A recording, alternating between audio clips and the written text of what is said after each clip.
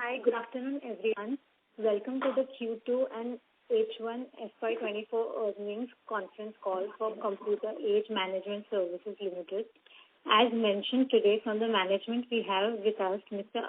Anuj Kumar, Managing Director, Mr. Ramcharan SR, CFO, and Mr. Anish Savlani, Head of Investor Relations. Before we proceed to start the call, I'd like to give a small disclaimer that this conference call may contain forward-looking statements about the company which are based on the beliefs, opinions, and expectations of the company as on date. These statements are not guarantees of future performance and involve risks and uncertainties which are difficult to predict. A detailed disclaimer has also been published in the investor presentation which was released to the stock exchanges. I hope everybody had a chance to go through the presentation. I will now hand over the call to Mr. Anuj Kumar, Managing Director. Thanks, everyone, and over to you, sir. Thank you, Shivani, and good afternoon, everyone. I thank each one of you for taking time out to join our 2Q earnings call. Like we've done in the past, we will take you through a structured presentation, and then we will have about 35 to 40 minutes for Q&A once we are done with the presentation. This has already been uploaded, so I estimate most of you have already gone through it. But just to expand on the performance of the company during the second quarter, I would say it was a great sustained story of growth in the second quarter. Like we said, we saw several historic highs. I will talk about them. Expanding business share across both mutual funds and outside of mutual funds in terms of how we got share. And then we achieved several key milestones across businesses. You would have seen that we had reported, we have been sharing with you 5 mutual fund wins, 4 companies which are just starting off in the market. Now we were the 5th. Of these 4, both Helios and Zerodha went live. This was, of course, outside 2Q. This happened in October. But it's worth sharing with each one of you that both of them have formally launched in the market. So we expanded our count of active AMCs, MFAMCs that work with us. On the overall mutual fund AUM, the first 6 months of this year and the quarter have been the best ever in recent times in terms of absolute and percentage expansion of assets. Our overall assets at the end of the quarter stood over 32 lakh crore rupees. You'll see a number of 32.2 trillion. This went up 20% year on year, and on a large base, that's certainly a very significant number. Overall market share continued at 68.5%. Our equity AUM crossed 15 lakh crore. End of the quarter was 15.2. This registered a 28% growth year on year, as you're aware. And our equity market share expanded by almost 120 basis points, so it's now 65.5%. A year back, this would have been 64 and some change. So that's been a sustained increase. Also in the first quarter, we'd shown you our equity net sales market share, which was in the 90s in the first quarter, which obviously a 90% share of anything can look like an aberration, but very happy to share with you that it's holding out quite well.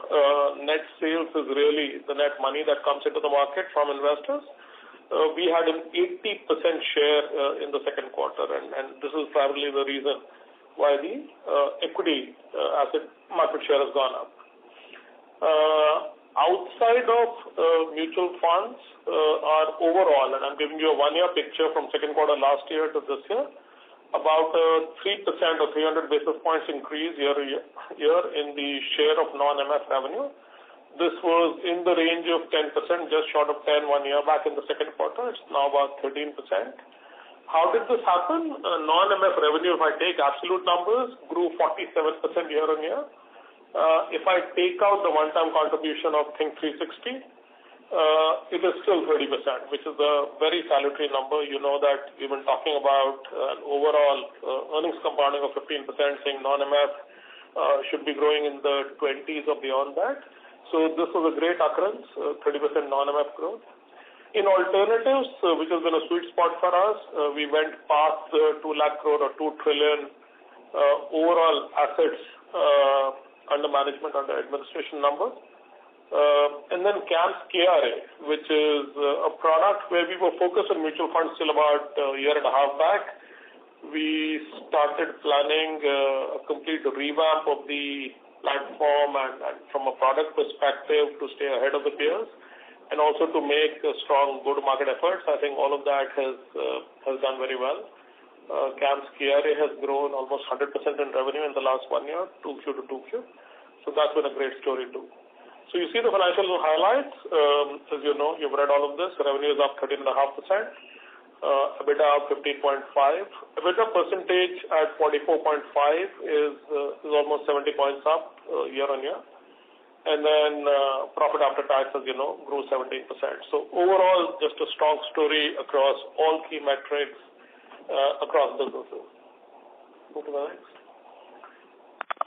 Some of the stuff that's on the other chart, I think in summary I may have covered, but I'll just go through this. Transaction volumes you see was a historic high, crossing about 14 crore transactions in a quarter.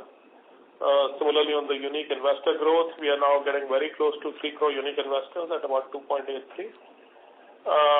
Equity gross sales, again, you see about 67% share in the market, but what stays back with us, gross is always gross of redemptions. When you net it out, that's a 99% share in the last quarter, 80% in this quarter. And again, this is a great number to have on our side. Of course, we have to continue watching.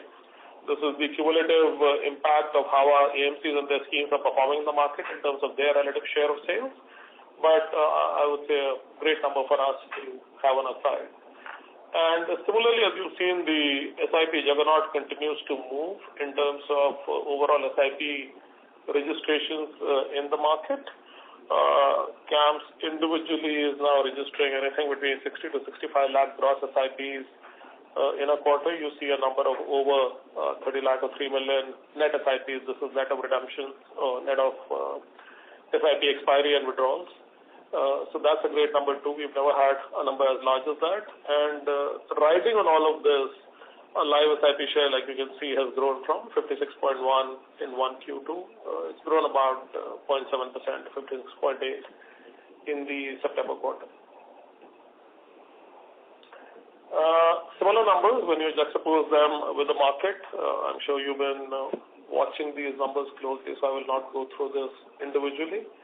But I think overall equity share gain and equity net sales overall share has been a great story for us. So has been SIP collection and net SIPs registered. Move forward.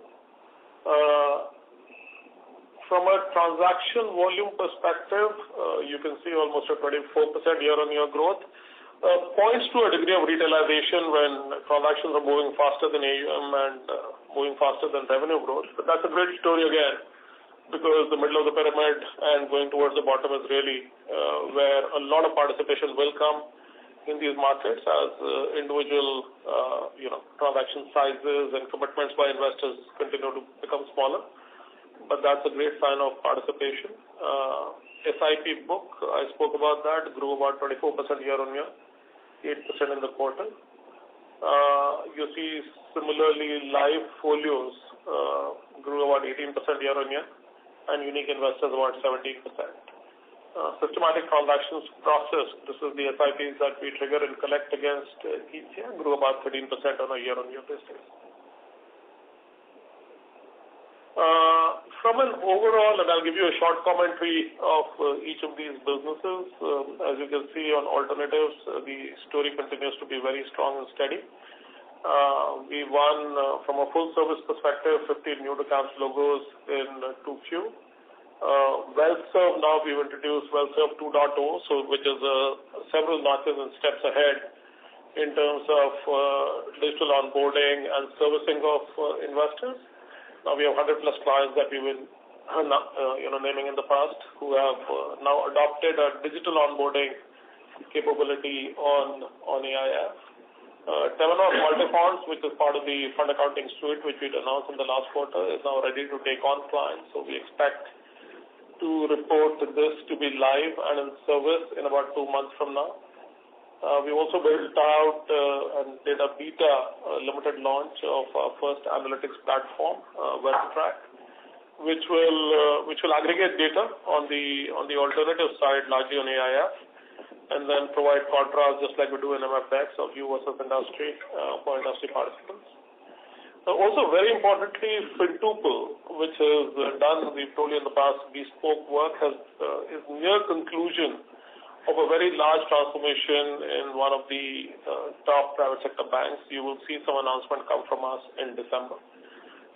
So this is starting from their custody operations. This basically integrates every other component of the alternatives operating arena and creates ability for them to share data, onboard investors, and just takes out all the wrinkles and creases from their operating setup.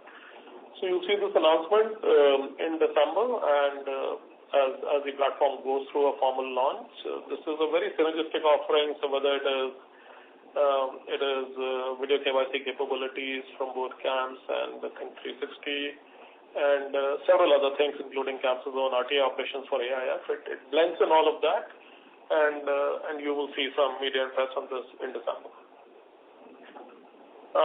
From a FinServ perspective, I think the great number is that we are holding at about close to 10% market share. This used to be small single digit till about 2 to 3 quarters back. Our number of live FIUs continues to expand and has crossed 50.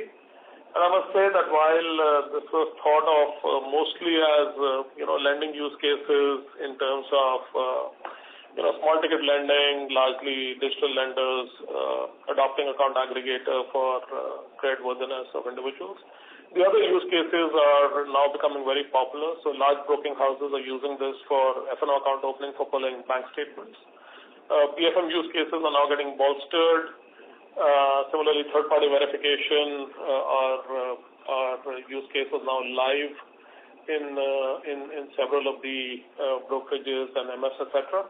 So non-lending use cases are now kind of gaining prominence. Of course, this will happen over a few quarters or years, but it's a good first sign to see in the market. From a payments perspective, we've continued to expand and do well. UPI AutoPay, like we said last time, is continuing to get adopted and may become over a period of time as the preferred option for SIP payments and recurring payments for individuals.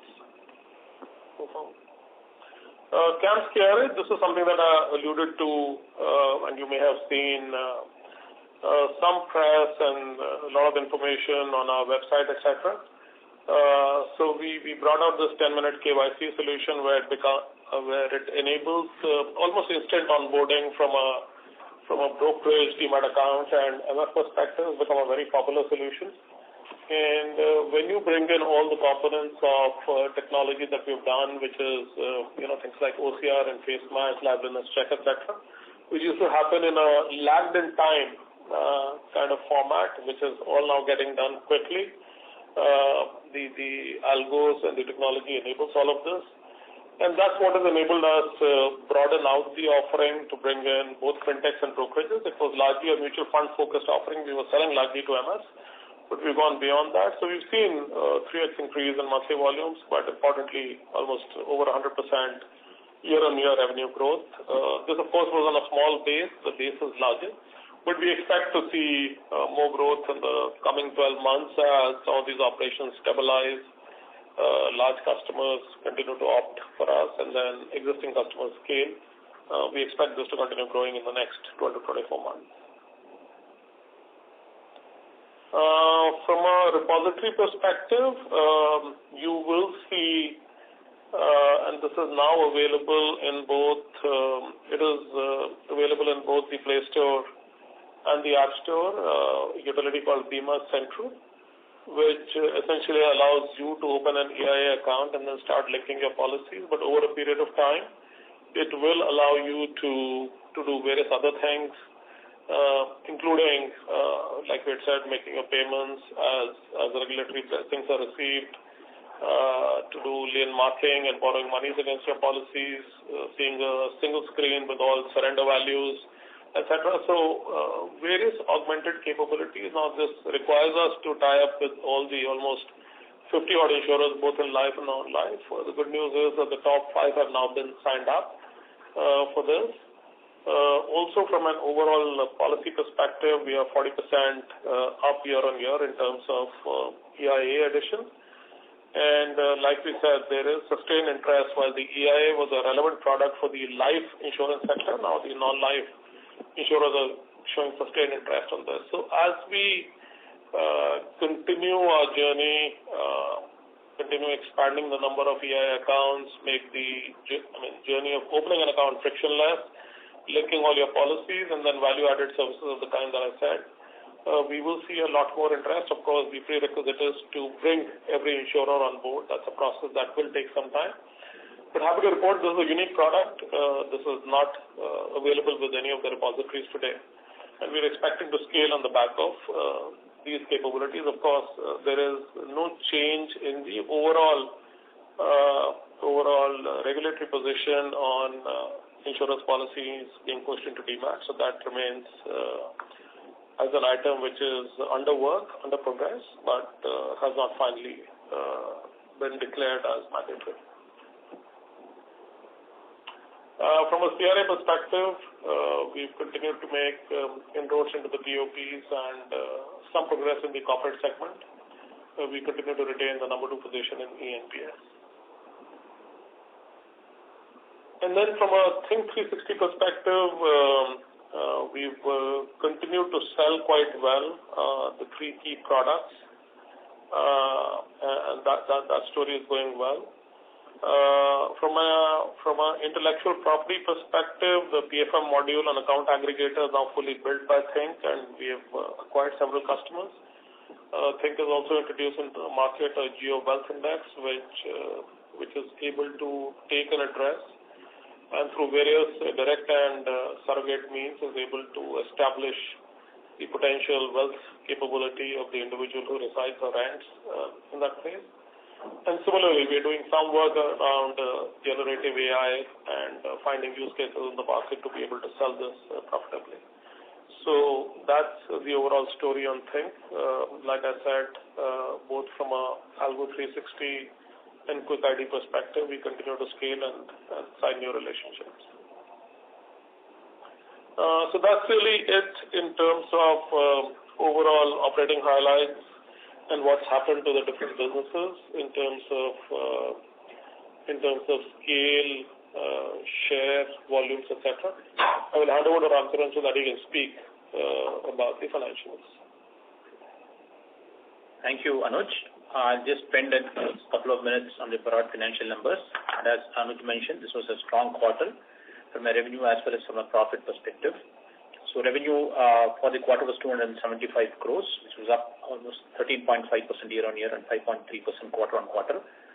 The revenue last quarter, if you recollect, was around 261 crores, and the last year, same quarter, was 242 crores. This was on the back of a smart growth in the AUM and the mutual fund revenue. The AUM on a year-on-year basis grew more than 20%, translating into MF revenue growth of almost 10%. And on quarter-on-quarter, the AUM grew by 8.7%, translating into a MF revenue growth of 5%. So tracking this smart growth in AUM, we have been able to grow the revenue almost in line with the growth of AUM, especially on a quarter-on-quarter basis. The asset-based revenue grew 9% and 6% on year-on-year and quarter-on-quarter. We are at 202 crores almost of asset-based revenue. The non-asset-based revenue grew 13.6% year-on-year. We have seen some uptake coming in the applications that we run, including MF Central and various other applications and platforms that we license to the mutual funds. So that's seen a good momentum and continuing momentum on the revenue. And there has been some increase in the call center too on both year and quarter, translating into a smart growth on a year-on-year basis of 13.6% on the non-asset-based revenue. Currently, the non-asset-based revenue per quarter is around 38 crores. Non-MF revenue, Anuj touched upon this. We have seen a good growth in a non-MF revenue, almost 47% on a year-on-year basis, equalizing for Think Analytics acquisition, which was not in the base. Even then, it's at 30%. So we have seen, what we have estimated is a little ahead of what we estimate in terms of the non-MF revenue growth. and that's translating into the percentage of non-MF revenue being close to 13% for the quarter. Even on a quarter-on-quarter basis, we saw an uptick of 7.4% on the non-MF revenue. See, the non-MF revenue is currently around 35.5 crores of the overall revenue. So we continue to see positive trends on this, especially on the KRA business. We are seeing, stable to growth revenue from an AAF perspective. Payments is continuing to do well in terms of the ramp-up that they are seeing in the number of transactions. So all in all, we are on track to meet our targets in terms of increasing the pie of non-MF revenue. The asset mix you will note for the quarter is actually very favorable. The equity component, which used to be around 45% last year, is around 47.7%, and hence it's translating to some benefit for us in terms of yield. On the yield commentary, I think in the last couple of quarters or more than that, we had indicated that there is a large contract that is being renegotiated after 5 years, and we had indicated some impact of that will be felt. And during the last earnings call, we had clearly stated that there will be some spillover impact in the current quarter, post which we believe that it will be business as usual. Happy to say that that's been the actual case, and we have concluded the contract, and we are seeing some spillover impact of a marginal decline in yield in the current quarter. But going forward, our estimate is that we will not see any unusual yield movements, and it will be restricted to the impact of the telescopic pricing, at least for the foreseeable future or the next few quarters. So that's the commentary on the yield. Hence, you will see a small depletion in the yield, but we feel that the impact of all the renegotiations has already been considered, and we do not see any big impact going forward on the yields, other than the telescopic impact.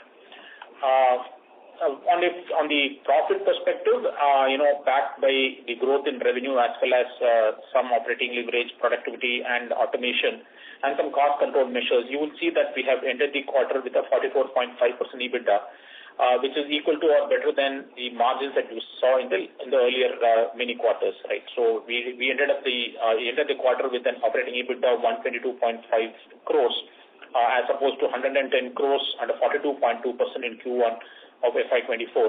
And last year we had 106 crores or 43.8% EBITDA. So we are seeing an uptick in the margin as well as the absolute number in terms of the operating EBITDA.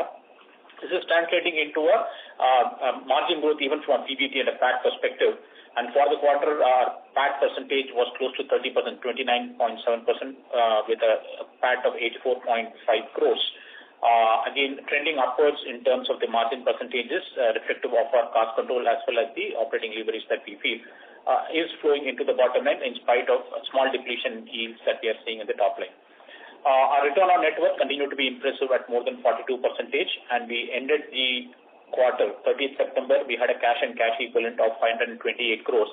This was after payment of dividend of 98 crores during the last quarter, and the board was pleased to declare an interim dividend of rupees 10 per share in their meeting yesterday, for which the record date is announced on the 17th.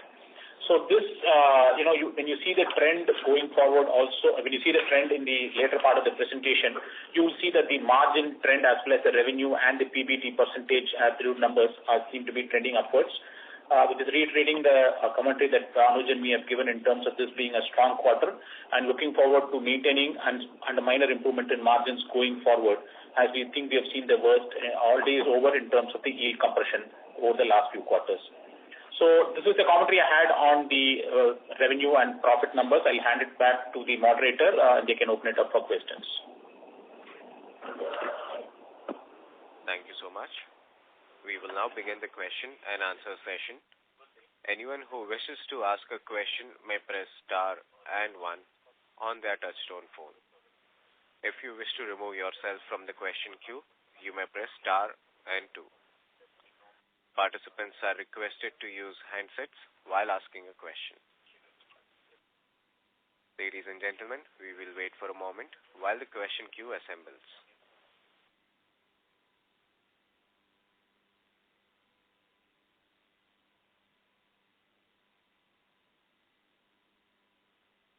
Participants who wish to join the question queue may please press star and 1 now.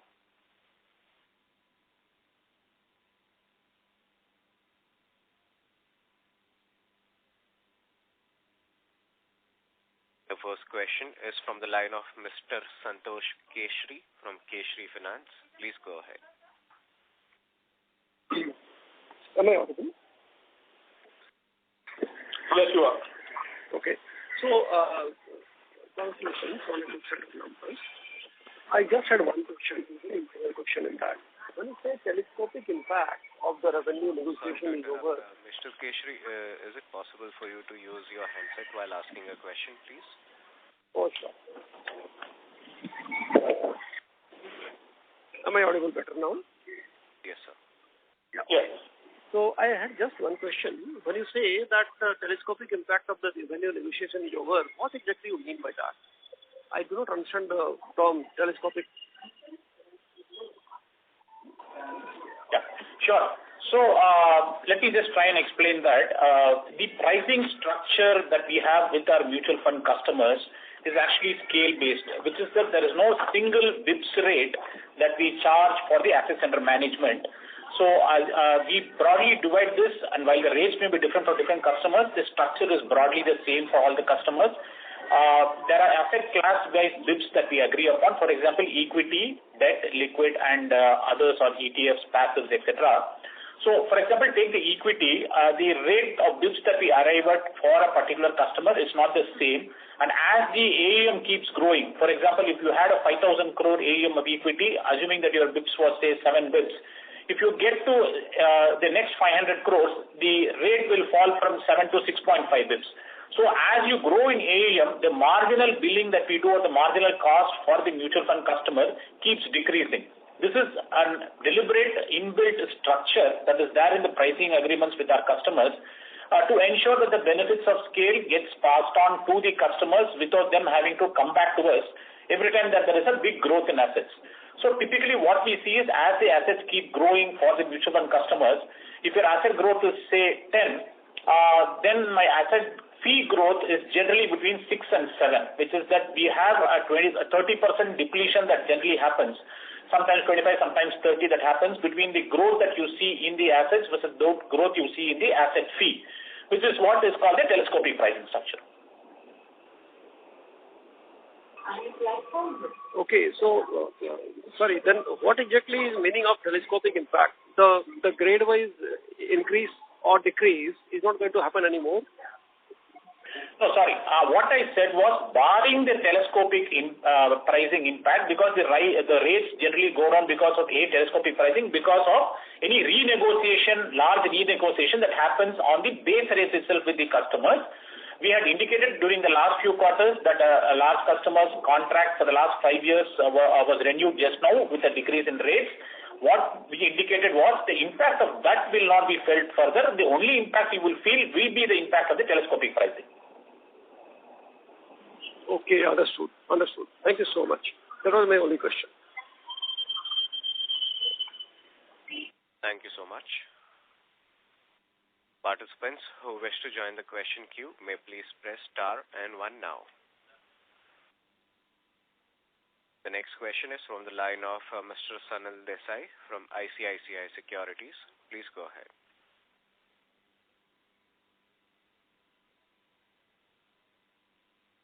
Mr. Desai, your line is unmuted. Please proceed with your question.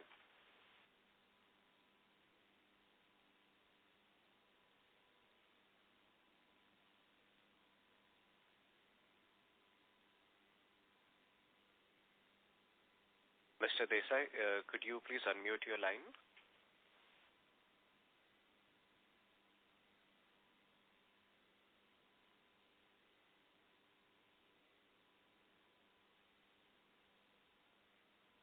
As there is no response from the line of the current participant. Hello, am I audible now?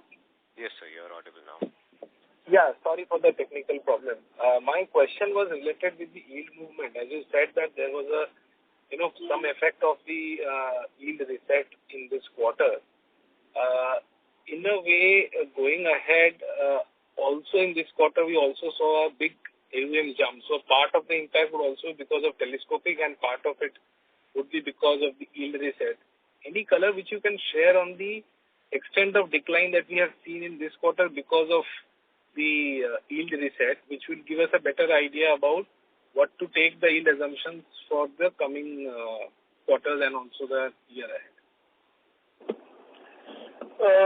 So So, the way to think about this is you saw 20% AUM expansion 2Q to 2Q last year to this year. Normally, you would have seen about a 14 to 15% revenue growth. What you saw is about a 10% revenue growth. The 15 minus 10 is perhaps a broad equivalent of what you're asking for, right? If we did not have that one-time adjustment, then we would have delivered the 14 to 15% on the overall asset growth, which was only 10%. The 15 minus 10 is then approximately the impact of whatever we're talking about. Understood. So going ahead, it will fall back to our historical way of decline, which is in line with the telescopic thing, right? That's correct. So if assets, let's say in the next 12 months, grow 20%, there's no reason that revenue will grow only 10%. Revenue should grow 14 to 15%. Sure. That's really helpful. Thanks a lot. I'll get back in the queue. No problem. Thank you so much. Before we take the next question, we would like to remind participants that you may press star and 1 to ask a question. The next question is from the line of Dipanjan Ghosh from Citi. Please go ahead. Hi, sir. Good morning. Hope I'm audible. Yes, you are. Yeah. So just a few questions. First, if I look at your non-asset-based mutual fund revenues, this quarter, on a quarter-on-quarter, it seems to be on a flattish side. Given that there are a lot of activities going on in the mutual fund space in terms of be it NFOs or, the market being buoyant. So I would have expected that, mutual funds would be spending a little bit more on this front. If you can give some color on that, that's question number 1. Question number 2 is on your non-MF revenues. Now, if I strip up the KRA business and look at the other businesses from a momentum perspective sequentially, like if you look at Think 360, over there, it has been relatively flattish or down on a QOQ. So the other businesses have also been not that great in terms of momentum of take on the revenue side compared to, let's say, the client wins or logo wins or business expansion side. So just wanted to get some color on that. Lastly, in terms of expenses, can you give some color on incremental costs that you need to incur on the new businesses and what sort of EBITDA trajectory should we want to see on that? So thanks, Dipanjan. I'll take the question on the non-asset-based revenue as well as the expenses, and I will request Anush to come in on the non-MF business. See, on the non-asset-based revenue, you know that there are 5 components major of it. It is the transaction-based, the miscellaneous application-based, the call center, the NFOs that we build for, and the out-of-pocket expenses. What we have seen as a trend is in the last quarter, we have not seen any big increase in the transaction-based assets from a paper transactions perspective. What we have seen is some moderate increase has happened from a call center and from a miscellaneous application perspective. So while year on year we do see a good increase, in terms of revenue, quarter on quarter it has been flattish. What we expected, and again, as I was earlier mentioning, we do not expect the non-asset-based revenue to kind of propel any growth for us or to propel any profit for us. Because basically the transactions being up or down does not incrementally impact the profits. So we would assume that they will be static within the same levels that we are seeing now. The only upside that we could see is some increase because of the MF Central related revenue that is there in the application base. That's the only increase that we could probably see to be profitable growth in the entire bucket that we see there. OPU, because of some reasons in terms of regulatory issues and all those things, should go up and come down by a crore here and crore there, but all those things are compensated by increase or decrease in revenue. So that's the reason for the non-asset-based revenue remaining static on a quarter-on-quarter basis. From an expenses perspective, I think the major expense increase that you will see will be the salary expenses. Even on a year-on-year basis, my entire salary head has increased by 7.6 crores. And that includes the salary impact that we have given in April, which is more than 6 crores. So we have been remarkably disciplined in terms of adding manpower or regulating the cost from a manpower perspective. It includes the ESOP cost increase, it includes the Think Analytics cost, everything put together on a year-on-year basis, we have increased cost in a salary only to the extent of 7.6 crores. So we feel that going forward, there will be stable cost that you will see. In fact, on a quarter-on-quarter basis, if you see the increase in revenue is almost like 13 crores, and the increase in EBITDA is 12 crores. So while that could not be replicated every quarter going forward, we feel that the incremental cost will be measured. And we generally expect 50 to 60% of the increase in revenue to flow down at the EBITDA in a normal quarter. So from a fixed cost perspective or from an operating expenses perspective, operating expenses generally remain at around 7 to 7.5% of revenue. Definitely less than 8. That's what they will continue to remain if you remove the OPE part of it. With OPE, they'll be around 12%. The trend has been remarkably stable across the last many quarters that we have seen. The employee expenses, as I said, since we're able to control, we're in fact seeing a downward trend. It's a little more than 34% of overall revenue. And your fixed expenses, even on a quarter-on-quarter basis, you have seen this decreasing. And, a couple of quarters back, there was a concern raised regarding why have your fixed expenses gone up. And at that point of time, we set expectations saying that you will see this is the peak and you will not see a lot of increase other than inflation-driven increase going forward. I think that's what it's played over the last couple of quarters too. I will kind of wait for any questions from you on this, or Anuj can probably take the question on the non-MF. So on the non-MF revenue, while we've stated that overall year-on-year growth is 47%, netted for the one-time Think Analytics revenue, which started accruing in the first quarter, that's about 30%. You're right, in this quarter, KRA has really driven a lot of this growth. Now, last quarter also, KRA driven growth. This has been a substantial quarter from a CAMS KRA contribution perspective. However, from our overall, sales focus and signings pipeline, etc., we are very sure that the others, which is CAMS Pay, Think 360, AIF, and insurance, will be large contributors in the coming 2 quarters. But in this quarter, you're correct, the large part of non-MF increase outside of Think has been driven by CAMS KRA. Sure.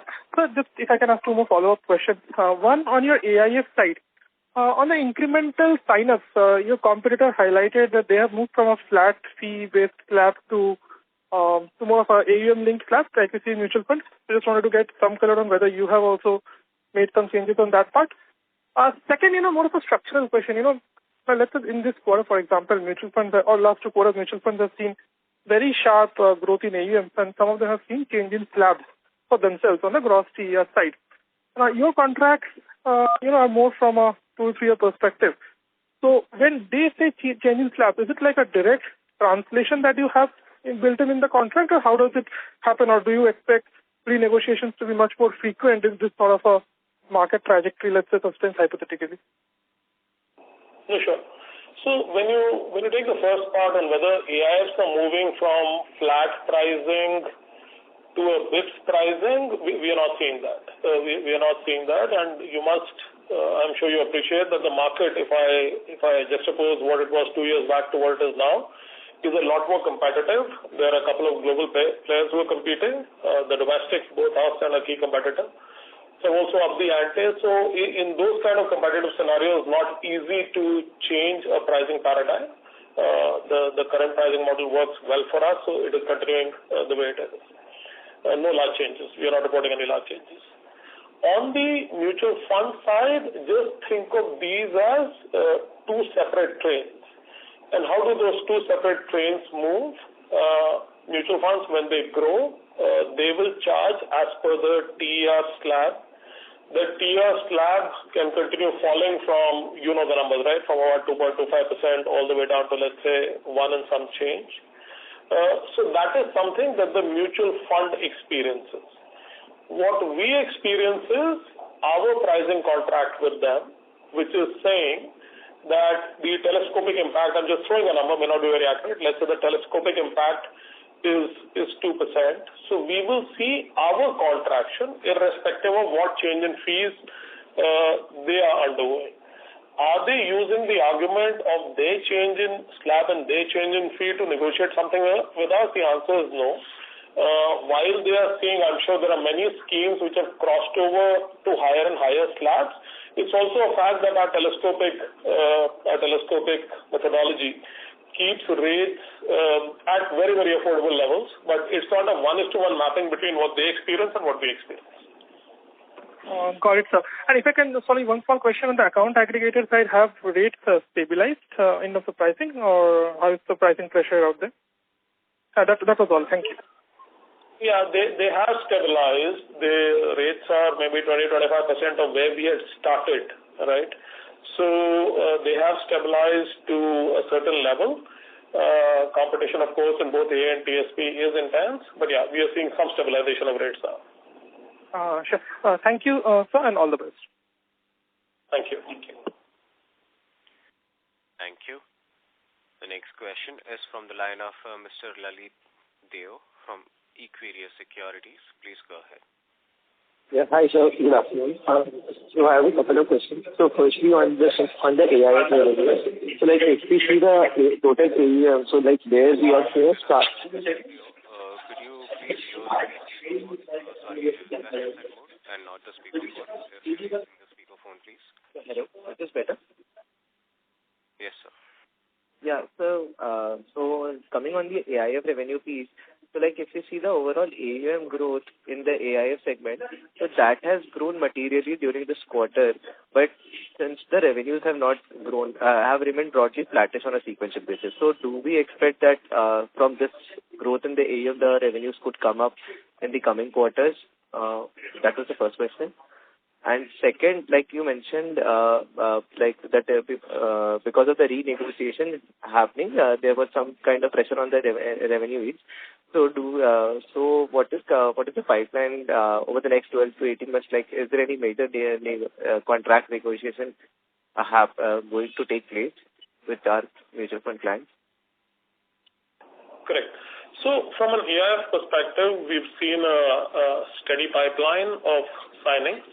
And therefore, yes, we are expecting that the growth numbers that we've been reporting in the past should be back in the coming 2 quarters. We are quite confident of that. The AUM does continue to grow. Every pricing is not AUM linked. A lot of it is activity linked pricing. But that notwithstanding, we are seeing significant growth coming back in the next 2 quarters. From a MF perspective, you can see that we had stated that there was a large contract where we were resetting prices because of some historical context.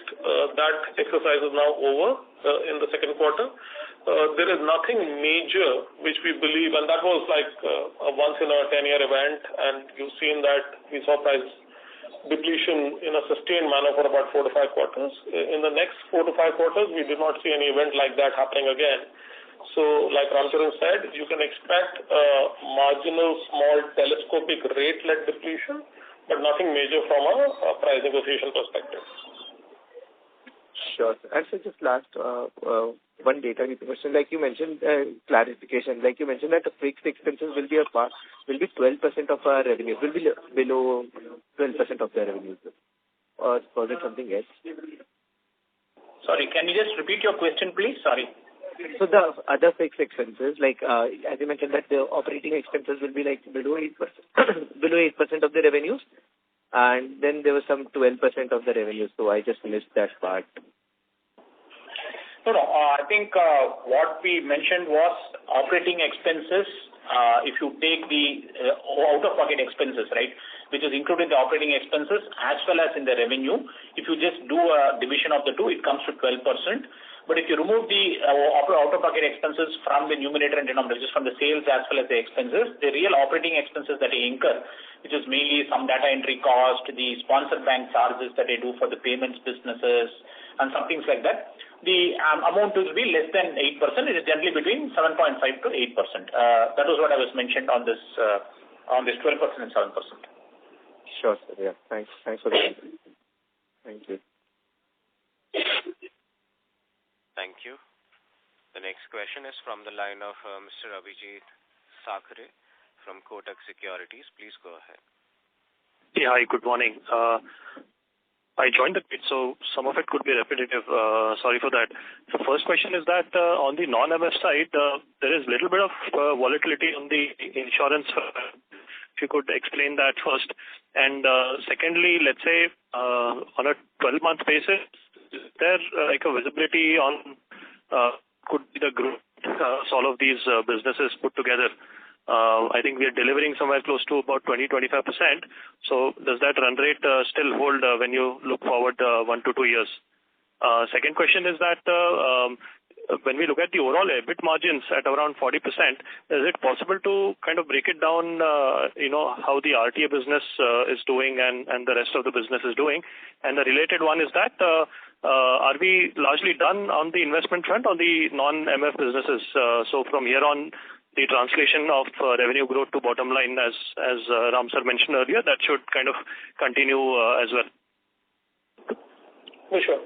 So on the insurance side, while we've been reporting growth in EIA accounts and policies, you are aware that there's a large fraction of the revenue which still comes from outsourcing services.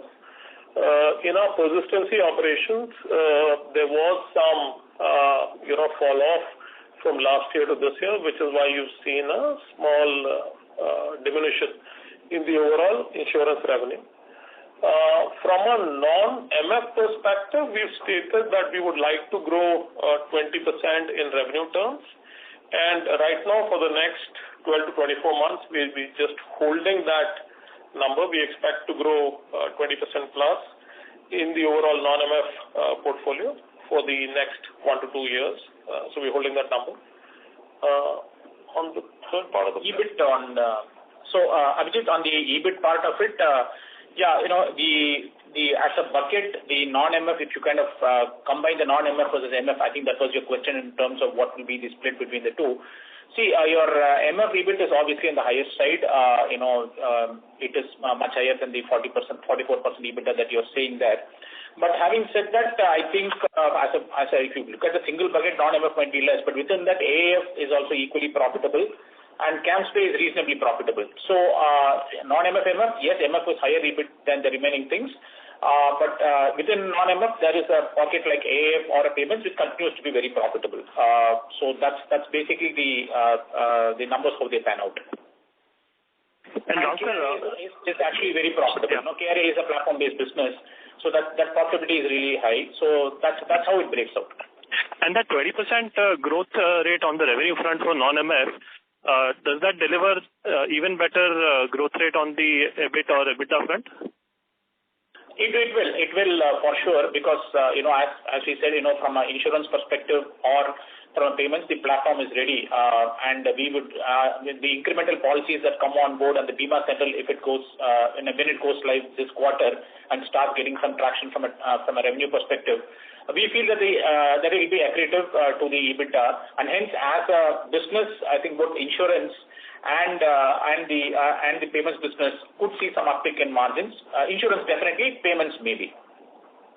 Got it. And last one, the core RTA business from a OPEX front, there is nothing like a lumpy expense in the pipeline, right? Like all the cloud tech related expenses, regulations, all of that is behind us, right? So, yes, that's right. From an OPEX perspective, we do not see a big lumpy expense that needs to be done from our side. However, if there is a big project that we are doing from a technology perspective, we would probably have to think about it, and that will be more long term. So on the immediate, few quarters from OPEX perspective, we do not see any lumpy expenses that are going to come to you. Although regulations do continue to come. In fact, even from a KRA perspective, there have been regulations on segregation of infrastructure and movement to cloud, etc. But we are confident of keeping those things under check, and you will not see a big lumpy expenses that's coming in. Okay, got it. Thanks a lot.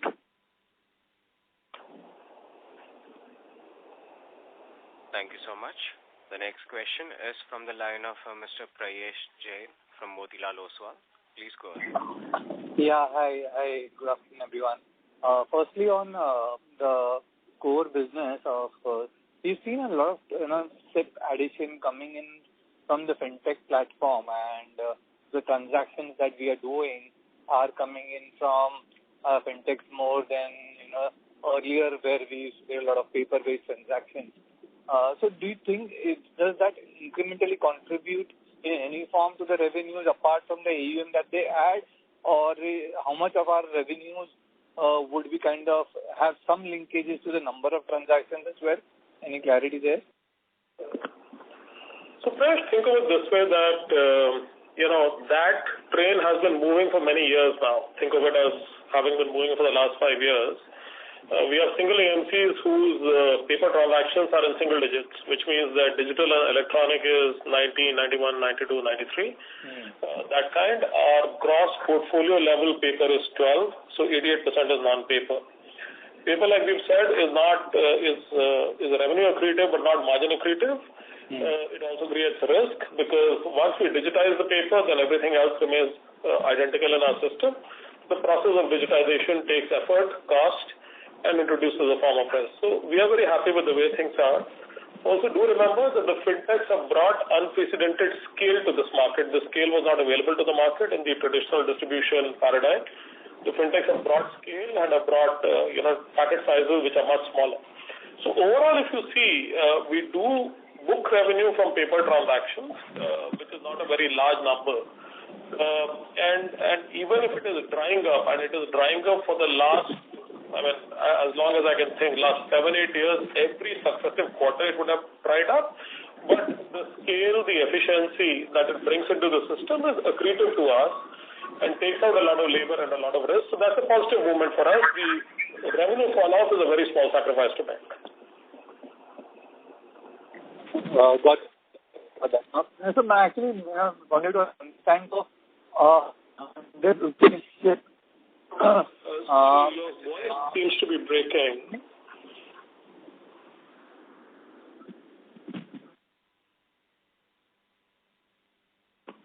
Hello, can you hear me? Yeah, this is much better.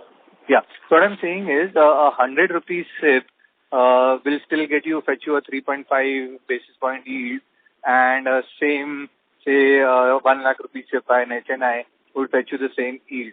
Is that the fair way to look at it, or is there some, or from a cost angle, both would require same amount of efforts, or from your side, or is that the right way to think? Yeah, absolutely. That is the right way to think. That from an AUM perspective, the 100 rupees SIP will be much smaller. It will take a long time to create a mass. An HNI's 1 lakh rupees SIP will be very different in character because it will create AUM much faster. But think of the 100 rupee SIP to be coming in millions, while the HNI SIPs will be a few hundred or a few thousands. So when you see the scale, we have crossed now 10,000 crore of net monthly SIP collection at just CAMS level. During the COVID phase, this number used to be 4. So in less than 3 years, we are almost 2.5x. That kind of scale has been built on distribution and built on, this creation of small sachets. It's not built on HNI's participation in this market, as you can see. So that's really the right thing for the market. It's going in the right direction. The only thing I'll add to your question is, Prayesh, is that the process of this SIP collection trigger is largely automated. So if your question is whether you will incur the same cost, is the incremental cost that you will incur, and hence 100 rupees is not very beneficial to you, I think the process is largely automated, and hence that should not play a big part in this. Got that. Okay. The other part was on the account aggregator piece. We're hearing that the PSU banks are still finding it challenging or apprehensive about coming on board for the on the account aggregator platform. And so what's your sense there? And earlier, whenever we used to interact, you said that FY24 we'll have much more clarity about when this account aggregator will start contributing to our revenue stream. So any thoughts on these two aspects of the account aggregator business?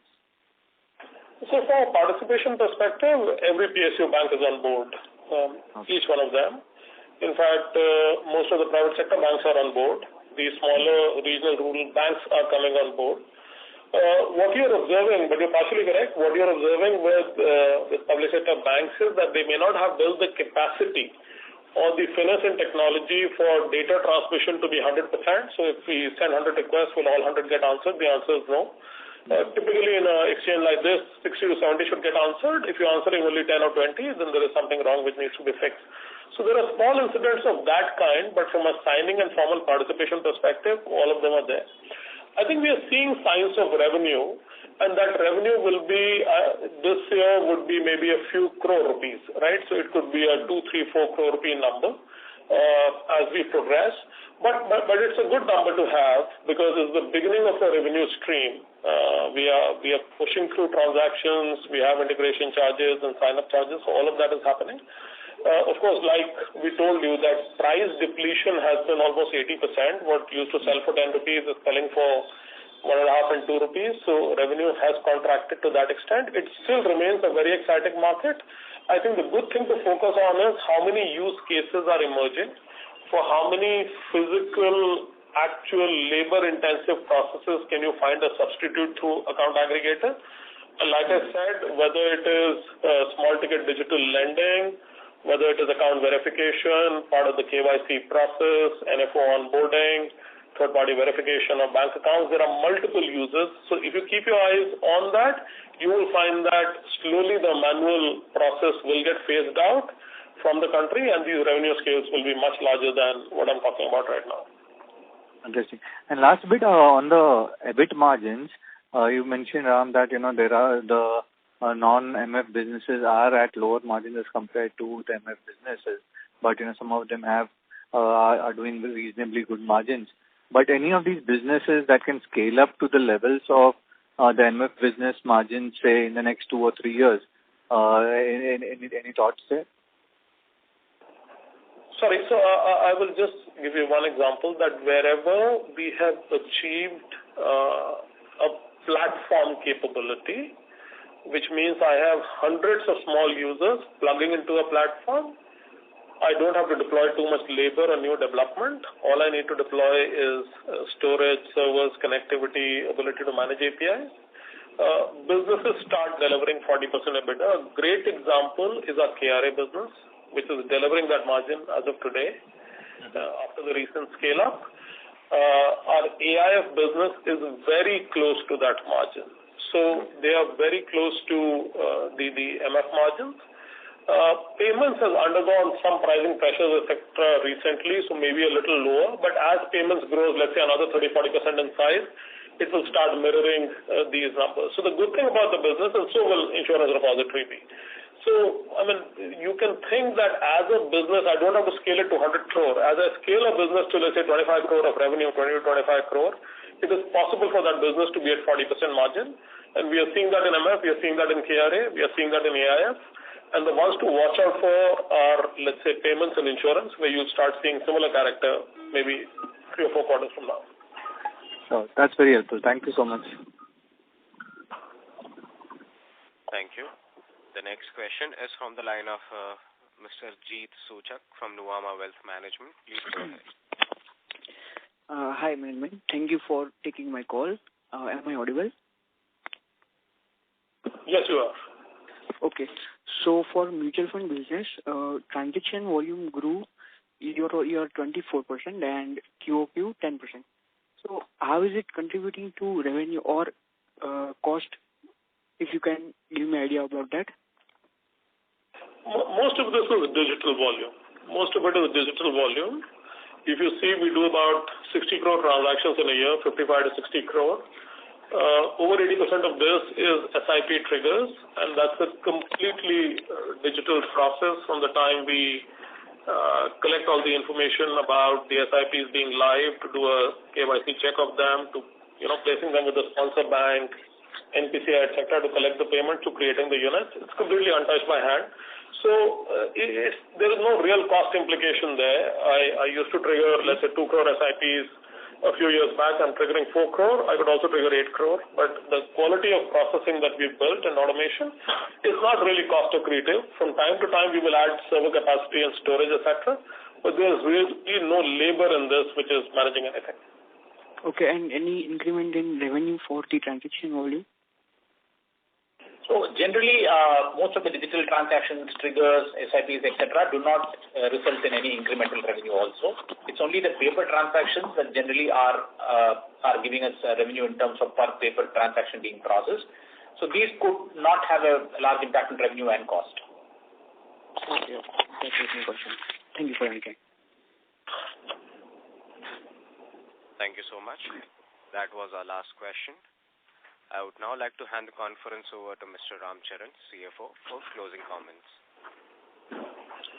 Thanks, Sagar, and thank you to all the participants for your participation in the call and the continued interest you are showing in CAMS. Please feel free to reach out to either Orient Capital or Sri Anish Savlani, Investor Relations, for any questions that you may have, and Anuj and me are also reachable in case you need any clarifications. So once again, thank you for being part of this call.